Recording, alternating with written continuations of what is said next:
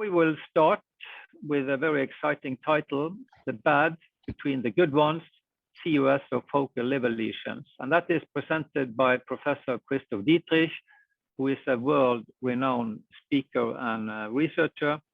He is right now working in Bern in Switzerland, and he is really an expert on contrast-enhanced ultrasound. He has participated in many of the guidelines that EFSUMB has produced throughout the years.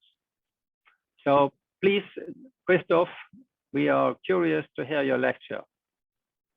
Dear Otelge, dear Professor Gilja, thank you so much for the invitation and for my title, The Bad Between the Good Ones. I will try to focus on the characterization of focal liver lesions to find the good ones between the bad ones or the bad ones between the good ones.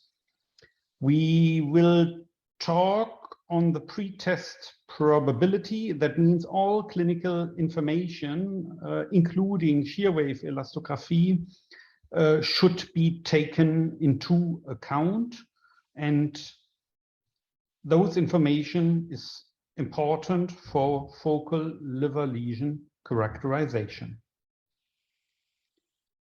I might say that before we characterize any sort of focal liver lesion, we should perform shear wave elastography to define if we have healthy liver, parenchyma, or fibrosis and liver cirrhosis, because the behavior of the focal liver lesion is different. We will listen later to Professor Fabio Piscaglia on that. Take-home message: the liver has a dual blood supply, and sustained enhancement in the portal venous and late phase characterizes benign focal liver lesion. Here you can see arterial enhancement in comparison to the hepatic artery, and here you can see portal venous enhancement in comparison to the portal vein. Malignant lesions are hypoenhancing. They show washout in the portal venous sinusoidal in the liver-specific phase. In comparison to the surrounding liver parenchyma, and there might be characterization according to the timing of washout and the degree. In the arterial phase, malignant lesions show a variable enhancement pattern. Here you can see the portal vein and the hepatic artery, and we can see a lesion in the arterial phase. Portal vein has not yet enhancing. Now you can see the portal vein is enhancing, and there is washout during this second when portal vein enhances. A little later, there's punched out washout. This is the bad one between the good ones. It behaves as liver foreign tissue, as malignancy. Orange, arterial phase hyperenhancement. The portal vein starts to enhance. Now you can see blue color. This is a lying detector if you do not believe what I said earlier. Arterial phase hyperenhancement, orange. Now portal vein branch starts to enhance, and we can see the blue and the hypoenhancement, the washout. CEUS can be used for liver metastasis detection as part of multimodality imaging approach according to our WFUMB, EFSUMB, CEUS guidelines. Now let's start with the hemangioma. Typically, they are smaller than 3 millimeters, hyperechoic, next to liver vein and a few other typical signs. Next to the liver vein, hyperechoic. They enhance, and they enhance over 1, 2, 3, 4 minutes as typical hemangioma. If they are larger than 3 millimeters and they show also other atypical signs, we call them atypical hemangioma, peripheral nodular contrast enhancement, centripetal fill-in. Third form, giant hemangioma, above 10 centimeters. Here we can see peripheral nodular contrast enhancement, centripetal fill-in, also in the giant hemangioma, third classification. Be aware that here in the image, we do not know what kind of lesions there are in the background. It's a hemangioma and a focal nodular hyperplasia. Take-home message: if we have a benign hemangioma or focal nodular hyperplasia, they often occur together with others. So multiplicity is in about 1/3, 30% of all patients. Hemangioma might be thrombosed, no enhancement at all, fourth group, or they might have a look to the surrounding shunts in the surrounding. Can you see those shunts at the surrounding hemangioma? Peripheral nodular contrast enhancement and shunts in the surrounding. And here we can see quite nicely a focal fatty sparing at the liver capsule. And be aware now, enhancing the shunt hemangioma, peripheral nodular contrast enhancement. And here are the shunts, arterial shunts in the surrounding. They represent more arterial, oxygenized blood, less fat, less insulin, and they explain why they are surrounded by a focal fatty sparing. Here you can see the entire image, hyper-enhancing in all phases. Then we have also the infantile form, which is a very rare form. Here the hepatic artery shows inflow, and after a beta blocker treatment, they show regressive changes from our friend in Andreas Sequolis and Rasa Augustien. We have collected together with many others all over the world such rare focal liver lesions also in childhood. In 58 histologically proven hemangioma, you might say, why do you prove hemangioma histologically? Because CT and MRI have not been conclusive, and there has been malignant underlying disease. Now the bad one between the good one is, here you can see peripheral nodular contrast enhancement in that lesion, which could be hemangioma, but there is washout in those peripheral nodules.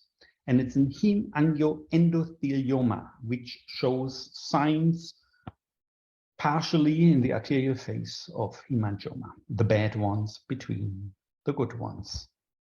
If you are interested, free to download from the World Journal of Gastroenterology. Here we have those peripheral nodular contrast enhancement, and as mentioned, you can see orange hyper enhancement and blue hypo enhancement in comparison to the surrounding parenchyma. So whenever we are not sure if there is hyper, iso, or hypo enhancement, we have dynamic vascular pattern or quantitatively supporting software viewbox, which might help us to delineate. Do not trust the central scar in focal nodular hyperplasia, because it's only histologically observed in 70%, not more. Central arterial blood supply, the typical behavior. Eccentric arterial blood supply in focal nodular hyperplasia. We might show typically the central arterial blood supply as shown here, but you might say, don't see it, don't believe you. So nowadays we can use parametric imaging, and here you can nicely depict the early red, yellow, green, blue enhancement, the time frames in one image. Arterial phase, centrally located artery, focal nodular hyperplasia, always, no, not always, 96% hyper-enhancing in the portal venous phase. Fourth focal nodular hyperplasia, the diffuse type. In small lesions, you might not identify the centrally located arteries or vascular tree. Here it's hyper-enhancing in all phases. In 96%, FNH does contain portal vein branches and is therefore hyper-enhancing. In 4% in the older, it is not. Sometimes the focal nodular hyperplasia shows also multiple vascular blood supply, as you can see here. Centrally, eccentric, homogeneous, multiple vascular blood supply. CEUS can definitely characterize a benign focal liver lesion, and there is no need for further examination if typical. Now, spoke and wheel appearance. I heard about it, and when I saw this lesion, I was thinking, that's a spoke wheel appearance, couldn't be better. There's a steel effect in the surrounding. This was a young lady, and she presented with small metastases all over the liver parenchyma. It is an eye-catching feature, the bad one between the good one, an eye-catching feature of sarcoma of the liver.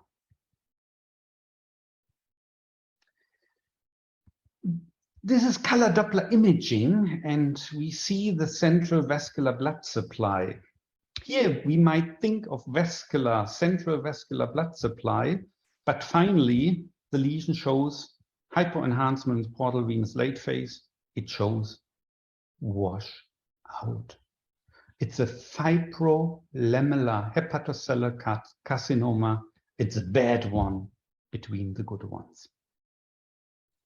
Hypoenhancement, wash out, is the indication for biopsy and histologically evaluation. Hepatocellular adenoma.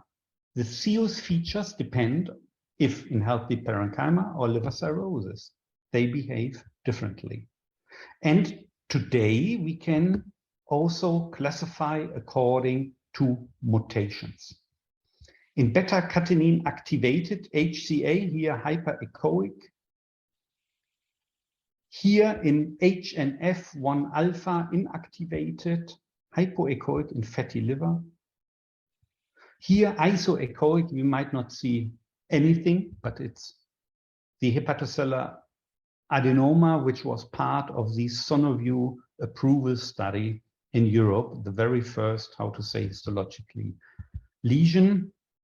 And we can nicely depict those images are right now from 2001, hyper-enhancing in the arterial phase and wash out in the portal venous sinusoidal phase. Why? Hepatocellular adenoma do not contain portal vein branches. No bile ducts, no portal vein branches. FNH, orange, hyper-enhancing in all phases. Adenoma, hyper-enhancing in the arterial phase, hyper-enhancing orange. Now, a little later, wash out. We have been right now imaging more than 1,000 FNH. It was 2012-11. We had already almost 500 FNH and 36 HCA comparing those features. Looks like hemangioma, hyperechoic, hyperenhancing, washout, hepatocellular adenoma, histologically proven. So hypoenhancement in the portal venous phase in a normal, healthy liver parenchyma is the indication for the bad one between the good ones. Caveat, in fasciolosis and other diseases, the enhancement pattern shows us that there's something wrong, and we might prove it serological in the cause of fasciolosis or histologically in other forms which cannot be clarified by laboratory data tests. If you are interested to contribute, we right now collect more than 50 entities of very, very, very rare and focal liver lesions. If you are interested, please join the group and please send to me very interesting cases of very rare focal liver lesions to add our WFUMB atlas we are going to create. If you're interested to get background information, please download from the WFUMB or EFSUMB website the good guidelines and good clinical practice recommendations for contrast-enhanced ultrasound of the liver. Free to download from Ultrasound International Open Access how to perform contrast-enhanced ultrasound, to learn more about tips and tricks by a group of experts. And also for pediatric indications, EFSUMB has published on the pediatric registry, also free to download. So finally, I might summarize. The bad ones between the good ones is characterized by hypoenhancement and washout in the portal venous and late phase in healthy liver parenchyma. Before we characterize, be aware of the pretest probability, malignant underlying disease, liver cirrhosis, perform shear wave elastography to exclude fibrosis and advanced stiffness of the liver. Then we have typical peripheral nodular contrast enhancement in hemangioma, the central vascular supply and other vascular supplies in focal nodular hyperplasia. Adenoma today needs biopsy and molecular characterization for risk stratification, and for all I have shown the bad ones between the good ones. So thank you so much. I'm looking forward for your comments and questions, and stay in contact. Send your very, very interesting cases to EFSUMB, WFUMB, and perhaps also for our atlas of rare focal liver lesions. Thank you so much. Thank you very much, Christoph. That was a very interesting lecture, and it's now open for discussions and questions. So please use the Q&A chart to pose your questions. And while we are waiting for some questions, maybe I can ask, you touched upon a very infrequent disorders, adenomas in the liver, and those can be actually mimicking a malignant disease, as both may wash out. Can you explore a little bit on this subject? Is there a difference in timing of the washout that could help us to distinguish adenoma from other malignancy? Can you please comment on that? Yeah. Adenoma shows late and mild washout in healthy liver parenchyma. And there are hepatocellular adenoma of the teleangiectatic form, which have been former classified as focal nodular hyperplasia. So nowadays, hepatocellular adenoma, even not often recognized, is getting more complicated.